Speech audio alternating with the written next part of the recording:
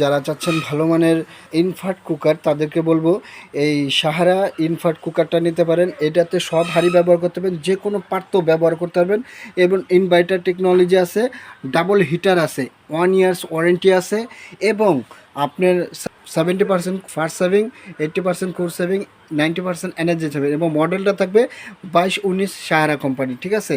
এবং Germany technology, এটা guarantee warranty সব কিছু পাবেন। একদম ধামাকা একটা প্রাইস থাকবে।